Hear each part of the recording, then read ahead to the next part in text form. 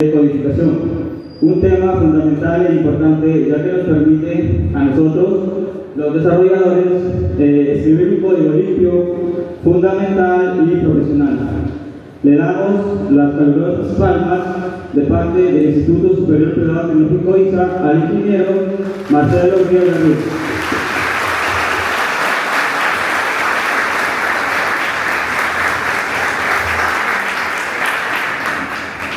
Hola, ¿qué tal? Buenos días a todos. Muchas gracias por esta presentación. Quiero agradecer al Instituto ISA por esta invitación y permitirme compartir con ustedes lo que es esta charla, ¿no? Titulada Código Limpio, revaloriza tu trabajo y muestra la diferencia. Voy a contarles un poco la agenda de la charla. Les voy a hablar un poco de lo que es el Código Limpio, qué significa. También les voy a contar un poco de mí. Quién soy, qué es lo que hago, qué es lo que me dedico. Luego vamos a ver algunos ejemplos de lo que es el código limpio, algunas situaciones con las que yo he tenido que lidiar, con las que he pasado tanto como estudiante como en el trabajo. Y finalmente vamos a ir a un laboratorio a poder aplicar algunas de estas cosas que les voy a compartir el día de hoy. Entonces, sin más me presento, si estudiamos por favor. Este soy yo, con un poquito más de cabello. Más joven, por supuesto. Yo soy egresado de la Universidad Peruana de Ciencias Aplicadas de Lima, en la sede de San Isidro, así como primer puesto de la carrera. Y bueno, he trabajado ya 7 años como desarrollador. Tengo 5 años trabajando como ingeniero de software en Canadá, en Libertech. Y hace más o menos un año me dedico a lo que es freelancer, que es como conseguir proyectos independientes, proyectos individuales para clientes que son personas o que son empresas. Llevo promocionándome a través de la red de TikTok, pues alguno me ha visto por ahí. Y nada, es básicamente mi experiencia. Siguiente diapositiva. Yo soy lo que se conoce como desarrollador. Los desarrolladores básicamente tenemos que construir aplicaciones. O sea, sean aplicaciones web, sean aplicaciones de escritorio, sean aplicaciones móviles, las que todos usamos día a día, desde que tenemos una computadora, etc. Para construir esas aplicaciones, siguiente diapositiva, por favor.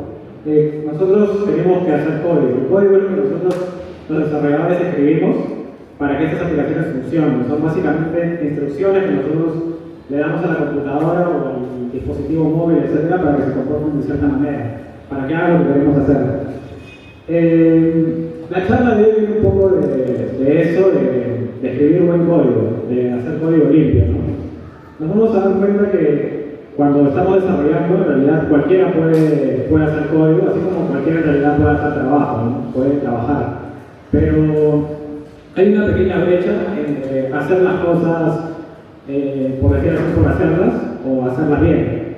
Entonces, el día de hoy voy a hablar un poco de lo que es codificar de manera correcta el código limpio. Y de básicamente cómo esto te va a ayudar a ti a ser un mejor profesional o hacer mejor las cosas, ¿no? Entonces, para comenzar, voy a hablar un poco de lo que es el código limpio en sí. La palabra en inglés es clean code, pero en español la traducción es código limpio. El limpio no es porque tenga que lavarse o porque tenga que estar pulcro de cierta manera, sino es por un conjunto de principios que los establece el escritor del libro Código Limpio, que se llama Robert C. Martin, creo. Y básicamente nos da una serie de cosas, porque el libro es muy extenso, tiene más de 100 páginas de hecho, y básicamente lo define como que está escrito de forma clara, que funciona bien y que se puede mantener. Mantener quiere decir que yo el día de mañana le puedo agregar cosas sin tener que comprarme toda la aplicación. O sea, porque es muy común también que a veces escribimos una aplicación y todo, y al final cuando queremos agregar alguna funcionalidad, etc., todo se baja, no funciona, o simplemente ocurre cualquier cosa. Siguiente diapositiva. Una de las primeras cosas que está en el libro es que para nosotros debe primar la claridad sobre hacer las cosas complejas. O sea, muchos se van a dar cuenta cuando comiencen a trabajar o cuando están estudiando que nosotros podemos escribir un código que solamente nosotros entendamos. O sea, la única persona que va a saber qué hace ese código somos nosotros. Y eso no está bien, porque eventualmente cuando uno comienza a trabajar o cuando uno quiere colaborar con personas y quiere que la otra persona también entienda lo que has hecho, está mal que tu código luzca. Bueno, aquí no se nota, pero la primera parte lo que tiene son letras A, B y C que le dan a conocer variables. O sea, todas las variables están nombradas de manera A, B, C, D, E, X, Y, Z, ¿no? Como si fuera álgebra prácticamente. Entonces, el día de mañana, si alguien quiere leer ese código y quiere entender lo que yo he hecho, no va a poder, porque va a ver que todo está como X, Y, Z, y va a decir qué es A, qué es B, qué es C, qué significa función 1, qué significa función 2. Entonces, para resolver este problema, lo que se hace es nombrar las variables de manera significativa.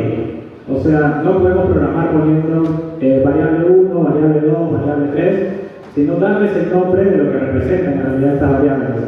Por ejemplo, si yo tengo un programa que suma edades, tengo que llamar a mis variables edad 1, edad 2, o edad de Juan, edad de Pedro, pero no puedo ponerles A, B y C, D, porque nadie va a entender eso. Esto es particularmente importante también porque más que escribir código complejo, complicado, uno tiene que entender que siempre o está trabajando para un lugar o quiere colaborar con personas. Difícilmente un desarrollador que se va a dar cuenta como trabaja, como un trabajador en particular, difícilmente puede hacer una aplicación tan compleja como lo es una solución completa, no sé, un sistema cualquiera. Es bien difícil que una sola persona lo pueda hacer. Entonces, generalmente ustedes van a tener que trabajar con otras personas. Y trabajando con otras personas, tú lo último que quieres hacer es tener que perder mucho tiempo explicándoles qué hace tu código. Porque te va a tomar horas y horas. O sea, ya tienes el trabajo de conseguir codificar y explicarle a tu compañero, explicarle a la persona que venga, ya te va a tomar demasiado tiempo. Entonces, si tu código está bien escrito, si las variables representan en realidad lo que quieres decir, ya no vas a tener que perder bastante tiempo explicándole qué es lo que hace, porque te va a poder entender. Capaz no leyéndolo la primera, pero leyéndolo un par de veces ya vas a saber qué es, ¿no? Por ejemplo, acá lo que tengo en la derecha es una función que suma los números pares, pero está todo escrito con A, B, C y D. Y en la otra ya está sumando, la función se llama calcular suma pares. Entonces, con ese nombre tú ya sabes lo que hace sin necesidad de saber código. Si la función se llama calcular suma edades, lo mismo, ya sabes que está sumando edades sin necesidad de ponerte a leer todo lo que viene detrás del código. Entonces, ese es el primer punto del que nos habla, que tiene que primar siempre la claridad sobre la inteligencia. A veces uno, por creerse muy capo, por creerse muy inteligente, nombra de manera poco convencional sus variables, o cree que por hacer código complicado lo está haciendo bien. Y no es así. Tienes que codificar de manera clara y en general hacer cualquier trabajo de manera clara. ¿Tienen idea positiva, por favor? Este es un poco también de lo que les comento. Tener nombres significativos en las variables. En la imagen de arriba no se nota, pero básicamente ahí lo que se hace es calcular un sueldo, que es multiplicar tu sueldo mensual por 12 y sumarle bonos que puedas tener.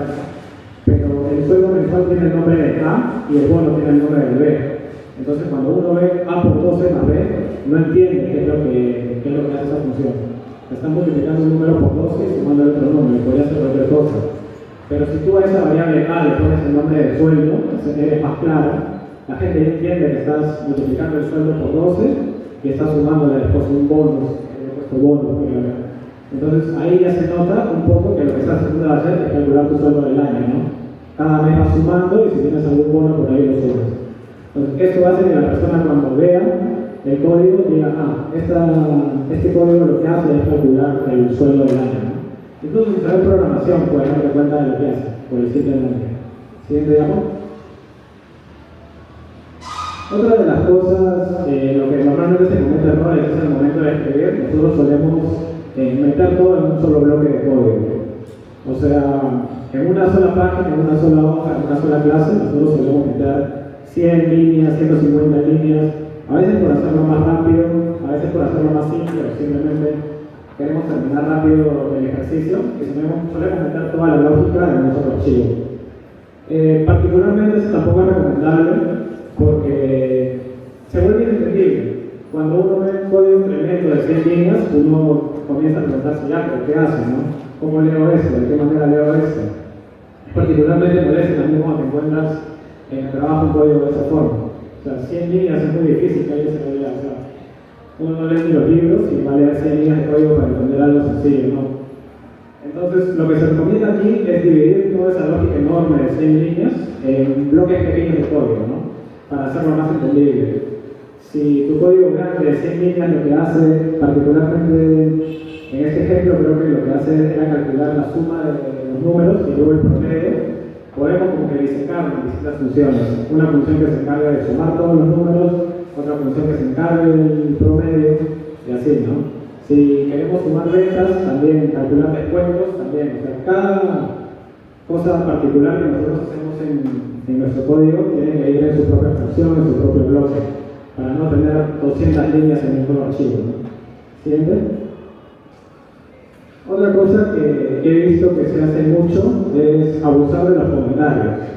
En el código tú puedes poner frases, expresiones, oraciones que no compilan. ¿A qué me refiero con esto? Para los alumnos de la carrera, que básicamente la computadora no los interpreta.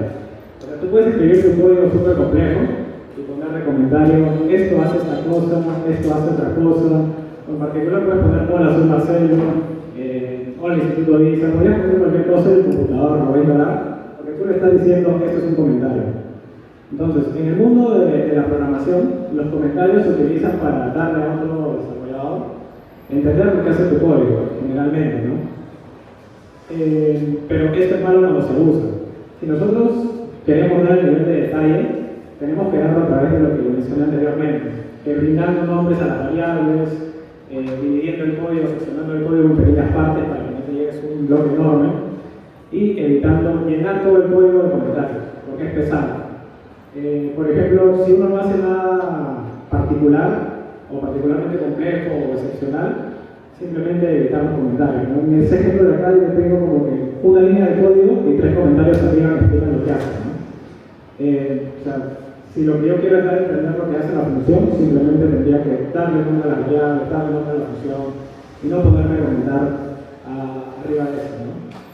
Y en la parte de la derecha este código sin comentarios que obviamente se ve más pequeño de lo que se ve a la izquierda, ¿no? Porque la izquierda tiene todos sus comentarios innecesarios. Entonces, no debo usar comentarios para nada, no. O sea, los comentarios se usan para, obviamente no para poner payasadas, sino para poner cosas relevantes. Por ejemplo, en mi trabajo, yo trabajo con una empresa de Canadá, como les mencionaba al inicio, y me dedico básicamente a ver una aplicación que es para hacer transacciones bancarias. O sea, las aplicaciones que ustedes usan en el celular o van a usar en el celular para hacer transacciones, yo básicamente me encargo de la verificación y el mantenimiento de esa aplicación. Y una vez un cliente, bueno, lo normal que cuando tú haces una transacción bancaria es que se emite un recibo luego de hacer la transacción. Si tú haces una transferencia por 100 soles, luego esa transferencia de 100 soles llega a tu correo de alguna forma y dice, oye, le has depositado a esta cuenta 100 soles. Uno de los clientes particulares, me acuerdo que no quería que le llegue el recibo de manera inmediata al correo electrónico del destinatario y de la persona que envía. Si no, lo quería hacer a las 6 de la tarde porque a esa hora cerraba, así funcionaba ese banco. Ese banco estaba en Guyana y por ley tenían que a las 6 de la tarde recién emitieron el recibo. Entonces, como tenía un comportamiento tan particular que salía, por decirlo así, del contexto normal, porque lo normal es que cuando tú haces una transacción se emite un recibo. Entonces, para este componente particular, nosotros teníamos un comentario en la parte de arriba que decía, o sea, lo decía en inglés, ¿no? Pero básicamente lo que decía era, por si acaso este cliente ha pedido que el recibo se emita a las 6 de la tarde, entonces no hay recibo para este cliente. Cosa que si el día de mañana llega otro desarrollador, que entiende, porque está explícitamente en el código, que oye, estamos sacando esta línea de código porque este cliente no quiere que se mande el recibo de la transacción de inmediato, sino a las 6 de la tarde. Entonces, para eso es para lo que se usan los comentarios. Usarlos de manera efectiva y no solamente poner cualquier cosa. Siguiente diapositiva. ¿Antes de eso? ¿Antes? Ahí está. Otra mala práctica que nosotros tenemos es duplicar el código. Muchas veces, por simplicidad también, no nos damos cuenta que estamos haciendo la misma función 2 veces, escribiendo el mismo código 2 veces. Por ejemplo, si yo tengo un sistema de, no sé, de una bodega, en la que yo voy a registrar producto por producto que estoy vendiendo y al final emito un comprobante, imprimo esa hojita de resumen de la compra con el monto, también yo voy a tener el monto calculado en la computadora, digamos así, en el sistema de la bodega.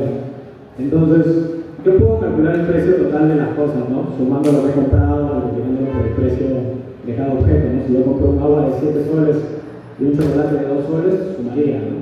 De la misma forma lo hace la computadora, va sumando cantidad por precio y lo va acumulando. Entonces, si yo por ejemplo tengo esa función de calcular total, tanto para mostrarlo en el sistema como para imprimirlo en la factura, lo normal es que yo solamente haga o escriba este código una sola vez en el programa. Oye, pero se usa 2 veces. Sí, pero no puedes invocarlo 2 veces. No puedes escribir el código una vez y al momento de mostrar el total en tu computadora llamarlo y al momento de imprimirlo en la factura también llamarlo. No escribirlo 2 veces, porque también hay la posibilidad de que tú lo escribas todo una vez y lo escribas todo otra vez. Y eso es justamente lo que queremos evitar, ¿no? En este ejemplo lo que está pasando es que se está imprimiendo hola Juan, hola Ana, hola Pedro, y se está imprimiendo como en distintos, estoy utilizando distintas funciones para hacer lo mismo, que es mandar un mensaje de bienvenida, ¿no? Entonces, para evitar esto, nosotros lo que podemos hacer es pasar por una sola función en la que recibe el nombre del usuario como parámetro y imprimir hola más el nombre de la persona, ¿no? Sin necesidad de estar haciéndolo para cada persona que entra al sistema. ¿Tiene la cuestión? Lo último es un concepto un poco más complejo, que es el concepto de dependencia. Es más complejo porque para entenderlo necesitamos completar lo que es una clase. Una clase en programación es más que todo una abstracción de un objeto, por decirlo así. Entonces, si nosotros tenemos un objeto puede ser cualquier cosa. Por ejemplo, acá estoy usando de ejemplo un hervidor y un café. Y para prepararte café tú tienes que calentar el agua en el hervidor y luego prepararte el café. Con el café, ¿no? Colocar el café en la taza, agregar el café en la taza y luego verter agua, ¿no? Es un poco más complejo el concepto de objeto, porque tiene que cumplir ciertas condiciones, hay ciertos objetos que tienes que tener, hay ciertos parámetros también que tienes que configurar, pero básicamente en un programa podemos calentar el agua, preparar café de esa forma, ¿no? Con el hervidor y luego con el café. Entonces, para reducir la dependencia, nosotros podemos simplemente tener una cafetera y de esta manera ya no dependo de dos objetos distintos, que es un hervidor y un café. Es una manera muy abstracta de explicarlo, pero es básicamente lo que se da en la programación. O sea, el ejemplo de acá, de este lado de la izquierda por ustedes, se ve que estoy usando muchas clases. Estoy usando la clase hervidor, estoy usando la clase café, y cuando uno programa también a veces, por solucionar un problema, le da por poner 5 clases, crear 6 clases, abstraer demasiados objetos y tratar de resolver el problema invocando distintos métodos de estos distintos objetos. Entonces el código se hace complicado, poco entendible, y lo peor es que cualquier cosa dentro de ese proceso puede fallar en algún momento. O sea, por ejemplo, en el ejemplo de preparar café, si falla el hervidor o si falla la taza, ya no sale el café. Pero si yo tengo una cafetera y todo el trabajo de hervir agua y preparar el café lo hace la cafetera, si se malogra la cafetera, se prepara la cafetera y ya está. Es preferible preparar un solo objeto a preparar 5 o 6 distintos objetos que integran una misma función. ¿Tiene cuestión? Una de las últimas son las pruebas automatizadas. Para los que no les es un poco familiar el código, todo código, así como toda medicina, todo trabajo, se puede probar. O sea, tú puedes probar que tu código funciona, hace su trabajo y devuelve lo que el usuario espera que devuelva, ¿no? Es buena práctica siempre codificar las pruebas. A veces la gente simplemente se olvida o no quiere tener el trabajo de codificar pruebas, porque es un chambón que es bastante trabajoso. Escribir el código que hace el trabajo que quieres, la tarea que quieres, y muy aparte codificar la prueba que valida que tu código está bien. Es básicamente codificar y luego codificar el código que prueba tu código. Entonces la gente prefiere evitar esta redundancia y codifica y dice ya bueno, lo que salga, ¿no? Si funciona, funciona, si no funciona, no funciona. Entonces lo que nos recomiendan es a nosotros, capaz no todo el código que nosotros vayamos a escribir tiene que estar probado, tiene que estar con su código de prueba, pero sí las funcionalidades críticas de la aplicación deberían estar con las pruebas automatizadas. Eso también evita, por ejemplo, que si el día de mañana yo agregue algo, porque habíamos quedado que ese código tiene que ser mantenible, yo lo tengo que poder modificar, poder agregar cosas, sin necesidad de que se me rompa todo. Entonces, el día de mañana yo le quiero poner algo al código. Yo voy a ejecutar la prueba antes para ver si la funcionalidad crítica sigue funcionando bien. Y si la prueba falla, o sea, si la prueba me manda error, yo sé que lo que estoy agregando, de alguna manera, no sé cómo, pero de alguna manera está rompiendo todo el sistema.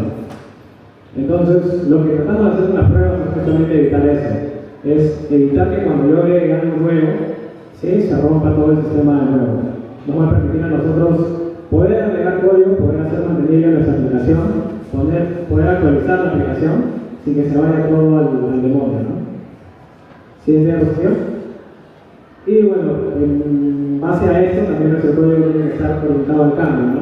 Tiene que ser fácil para uno poder modificar el código sin hacer tanto show, tanto espectáculo, ¿no? En el ejemplo que ustedes ven a la izquierda, estoy haciendo me parece que es un descuento lo que quiero hacer, y cada descuento lo estoy poniendo en un bloque if else condicional, ¿no? Como que si el usuario es de este tipo, entonces aplícale tal descuento. Si el usuario es de este tipo, aplícale tal descuento. Si el usuario es de este tipo, aplícale tal descuento. Y así, yo me puedo pasar una vida escribiendo ese código, ¿no? Si el usuario es de tipo tal, se agrega tal descuento. Y lo mismo, si el día de mañana, no sé, aparece Black Friday o algún evento, o se nos ocurre dar descuento, simplemente nosotros tenemos que agregarle otro bloque de código al if else para, bueno, son 3 líneas de código en el mejor de los casos, para agregar un nuevo descuento. Entonces, lo que se recomienda es no hacer esto, no estar teniendo que modificar de manera grande nuestra aplicación para nosotros poder agregar cambios. Entonces, una solución es separar esta lógica de los descuentos en otro archivo, en otro lugar, donde yo simplemente tenga el nombre del descuento y cuánto de descuento le voy a dar. Si el día de mañana se quiere agregar algo o se quiere eliminar algo, le voy a ese archivo, lo elimino ahí, sin necesidad de tocar el código. ¿Sí? Creo la conexión, hago todo lo que se necesita hacer para que lea los datos del archivo o lea los datos de otra fuente y le evito de esta manera estar tocando el código que yo ya sé que funciona para agregar un descuento o algo tan simple en general, ¿no? Siguiente diapositiva. Entonces, ¿por qué es importante para nosotros? Estas son solamente algunas recomendaciones, por así decirlo, que da el libro. El libro es más extenso como les comento, ¿no? Pero ¿de qué nos sirve a nosotros escribir código libre? Porque finalmente uno dice, oye, pero si el sistema funciona, ¿para qué lo voy a tocar? ¿Para qué voy a empezarme a hacer bien las cosas? Es que uno siempre tiene que querer hacer bien las cosas, o sea, no esperar que tenga una recompensa en particular, ¿no? Pero si lo logras hacer, si logras escribir código limpio, en primer lugar te vuelve más valioso como programador. O sea, la gente va a querer trabajar contigo cuando haces bien las cosas. Es diferente trabajar en un lugar donde el programador hace las cosas a la volada, escribe nombres sin importarle nada, ¿no? A, B, C, D, X, Y, Z. Nadie va a querer trabajar con él, porque fue el momento de querer colaborar en algo que está haciendo él, o querer reparar lo que hace su código, te vas a topar con X, Y, Z y no vas a saber qué hace nada. Entonces, uno se valoriza con eso, o sea, comienzas a ver más en el mundo profesional. La siguiente es que te ahorra tiempo y dolores de cabeza, porque un código limpio no tienes que estarlo explicando cada rato. Ese tiempo que antes te demorabas explicándole a la persona qué es lo que hace tu código, ahora lo vas a tener para ti, lo vas a tener para poder trabajar tranquilo. Y finalmente te da más control sobre tu trabajo, más control sobre tu sistema, ¿no? Entonces, como les explico, si el día de mañana viene el jefe y te dice, oye, quiero agregarle esto a la aplicación, en vez de estar agregando 3 líneas de código, lo pones en el archivo que calcula todos los descuentos, ¿no? Entonces, esos son partes de algunos beneficios que a nosotros nos van a codificar de manera limpia, ¿no? Codificar de manera limpia es una de las cosas que diferencia a un programador de un programador bueno, ¿no? Que permite además obtener más oportunidades laborales. En general, todos los programadores cuando quieren conseguir trabajo les hacen pasar una prueba técnica y ahí se dan cuenta de cómo es que codifican. Y ahí también se dan cuenta de cuánto es que vale. Está de más decir que vale menos un programador que pasa la prueba técnica pero escribiendo todo con A, B, C y D, no nombrando significativamente sus variables, escribiendo código repetido y aplicando más malas prácticas de las que hemos visto, ¿no? Entonces, para no lidiar con todo lo que dice el libro, porque el libro es, como les comento, bastante extenso y hay varios puntos que no estamos tocando, específicamente para los lenguajes que son orientados a objetos, esto es lo que se evalúa tanto en empresas internacionales como en empresas nacionales que son competitivas a nivel internacional, que son los principios sólidos, que son principios que salen del libro. Y esto es más que todo para los lenguajes de programación que son orientados a objetos, o sea, que tienen el paradigma de orientados a objetos. Como son, por ejemplo, C++, como son Java, por ejemplo, son principios que si bien no aplican en PHP, porque no es un lenguaje orientado a objetos, la idea del principio se mantiene. Entonces, por ejemplo, cuando yo pasé una entrevista para lograr trabajar en Canadá, esta fue una de las cosas que se me pidió explicar. Y puede parecer un poco complicado, pero les voy a tratar de resumir de lo que se trata. ¿Sí? El primer principio de la S, que en inglés es Evaluation Principle o algo así, si me da posibilidad, por favor. Zero Responsibility Principle, el principio de única responsabilidad. Este principio se parece un poco a lo que les comentaba al inicio, que era que no puedes tener 100 líneas de código en un solo archivo. Tu código no puede ser muy extenso. Este principio te dice que si es mejor depender de dos herramientas, o sea, digamos, hay un martillo y una llave, atenderlo en una sola herramienta que haga todo, ¿no? Porque el día de mañana yo quiero reparar esta parte del código, ¿no? O esta parte de la herramienta, voy a tener que agarrar el martillo también. Y no voy a poder estar usando el martillo si es que quiero estar usando la llave, ¿no? Entonces, el principio de responsabilidad única lo que nos dice es esto, ¿sí? La diapositiva, es que cada código tiene que tener una responsabilidad única en el sistema. Yo no puedo mezclarle acá lo que tengo es una clase empleado, que lo que hace es prepara el café, lava los platos, cobra el cliente, limpia el piso, plancha la ropa y se va a su casa, ¿no? No puedo yo pedirle demasiado a un código porque se vuelve complicado, se vuelve difícil de mantener y se vuelve inentendible, ¿no? Lo que yo tengo que hacer es tener distintas partes del código que hagan lo que yo quiero hacer, dividirlo en nueve, ¿no? ¿Siente la posibilidad? Entonces ahí está la forma corregida de cómo se hace esto, que es separando las tres funciones, no se nota bien, pero ahí está separado en tres funciones, y en el ejemplo anterior estaba todo metido en una sola función. ¿Siente la posibilidad?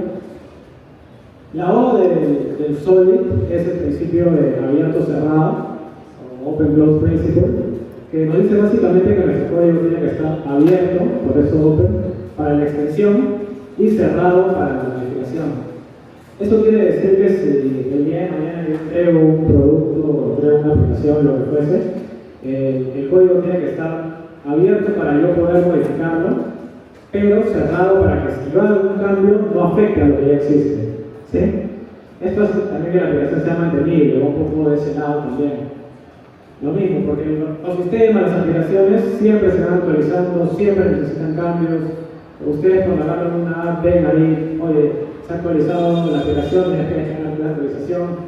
Entonces la única forma de que esto no rompa lo que ya existe es preocupándonos por estas cosas, ¿no? Que nuestro código esté abierto a la extensión, pero cerrado a encontrar errores, ¿no? Cerrado a la modificación en el sentido de que tiene que estar cerrado para que si yo el día de mañana modifico algo, no afecte a lo que ya funciona.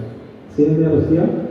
Bueno, ahí está arreglado una manera de arreglar ¿no? Cuando estás muy abierto y ahí estás segregado, ¿no? ¿Siguiente diapositiva?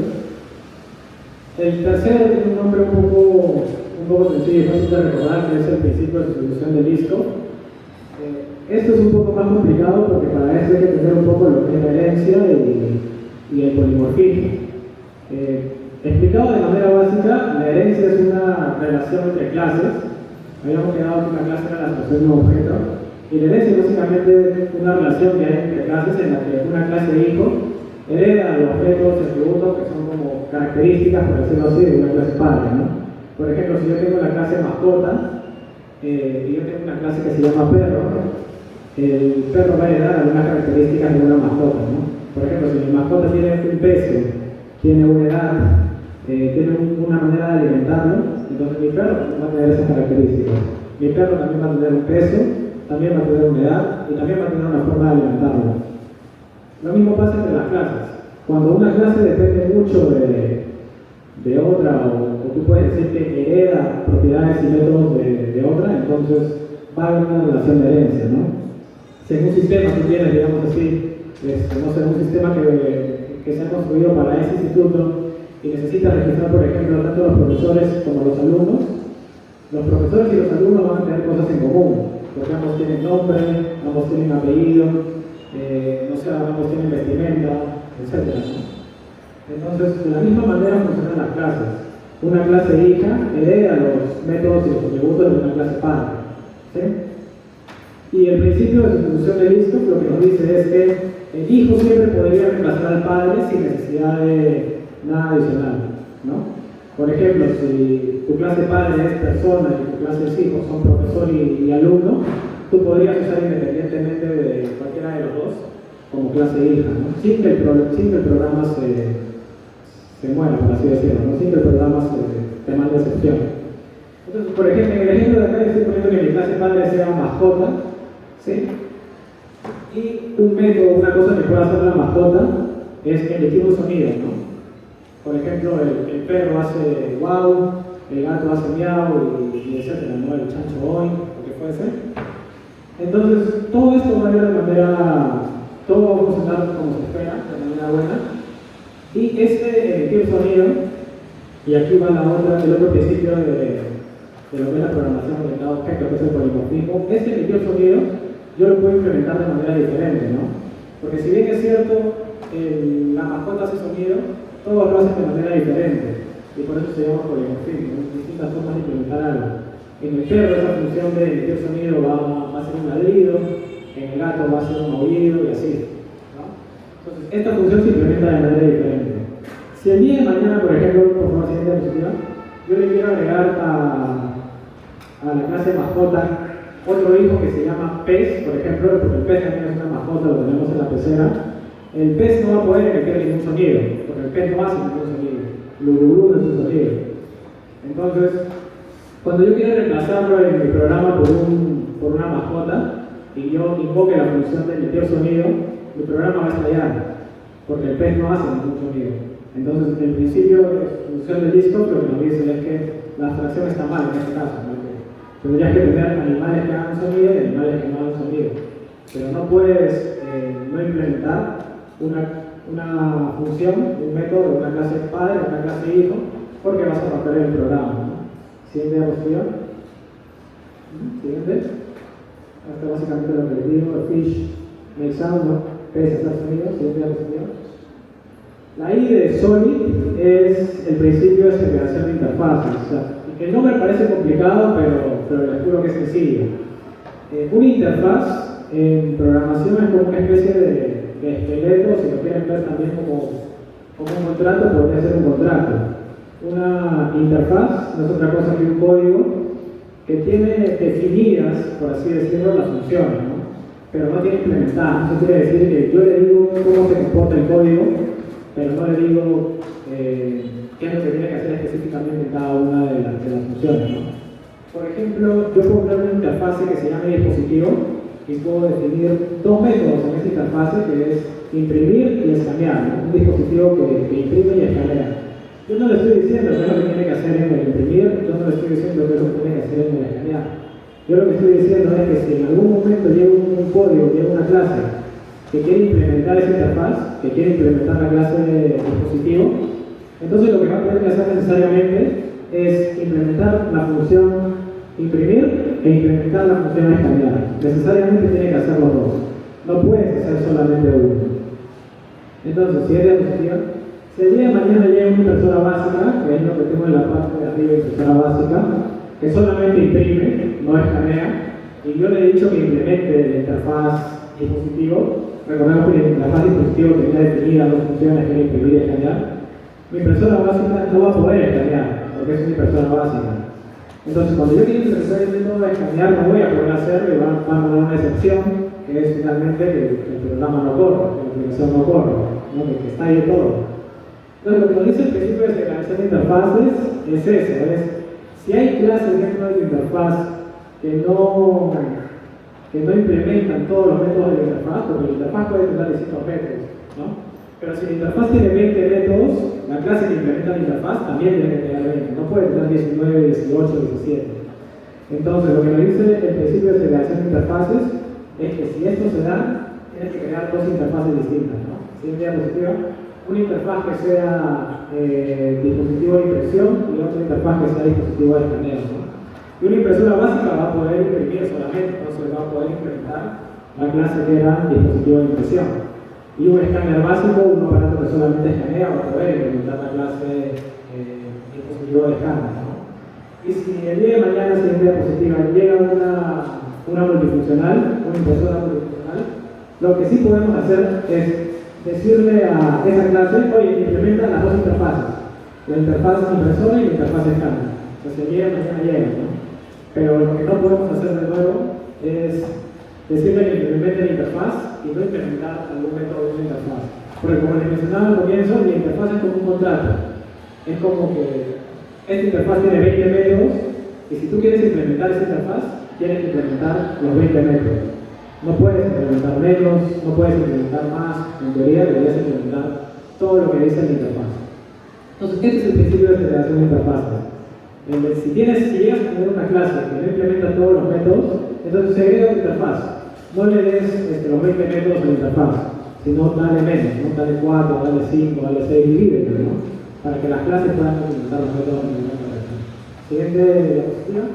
Y la última es un poco más complicada de explicar también porque está el concepto de dependencia, bueno, es el principio de inversión de dependencias, que también es efectivamente la programación orientada a objetos, ¿no? El principio de inversión de dependencia nos dice que básicamente las clases de mayor jerarquía no deben depender de clases de menor jerarquía, sino que ambas deben depender de una abstracción.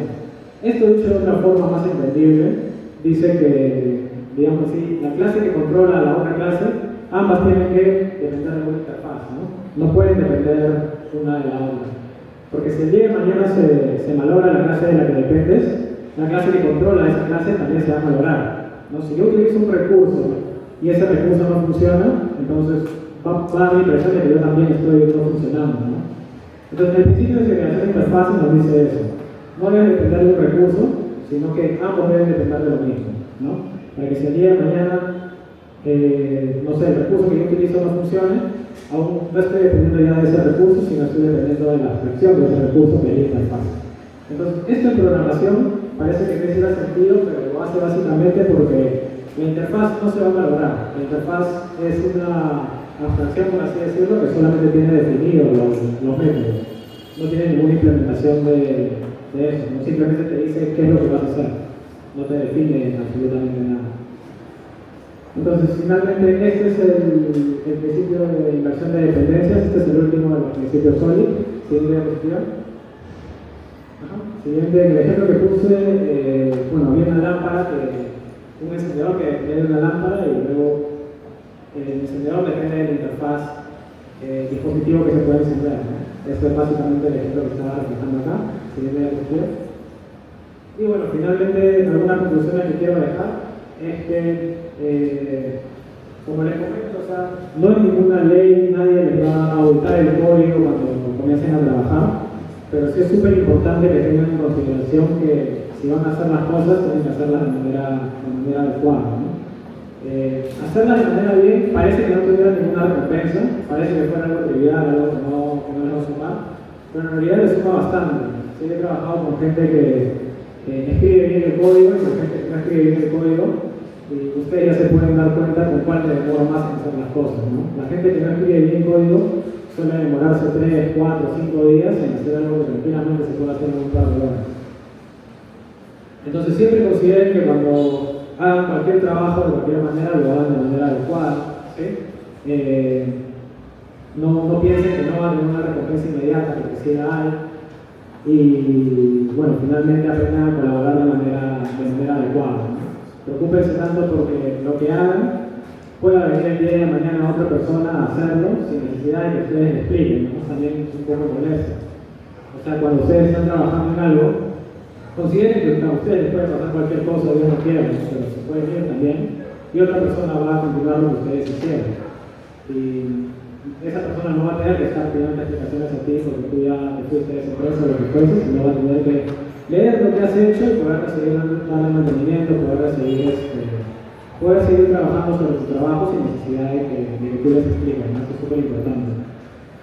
Y bueno, eso ha sido todo, muchas gracias. Estas son mis redes, pueden poner el código que voy a seguir, estoy en TikTok como Marcelo Software.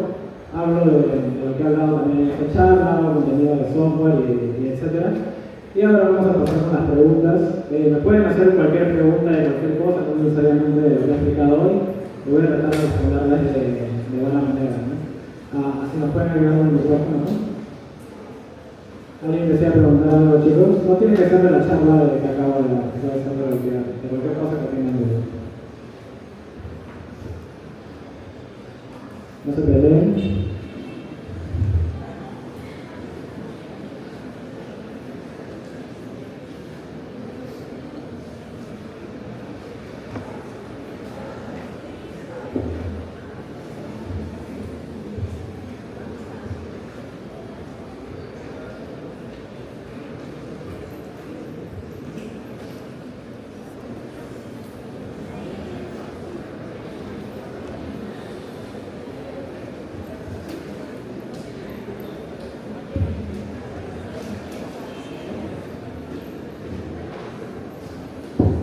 Hola, mi nombre es Mario. Lo que quería preguntar es qué es lo que más se te complicó en crear esa página web de la que estás trabajando. En todo desarrollo de software, lo más complicado difícilmente va a ser codificar porque ustedes van a aprender a codificar y todo el mundo va a saber codificar. Lo más difícil siempre va a ser la parte de manejar al cliente, de entender bien qué es lo que quiere, qué es lo que busca, tratar de darle solución a sus problemas, ¿no? También tienes que entender que el cliente nunca te va a decir qué es lo que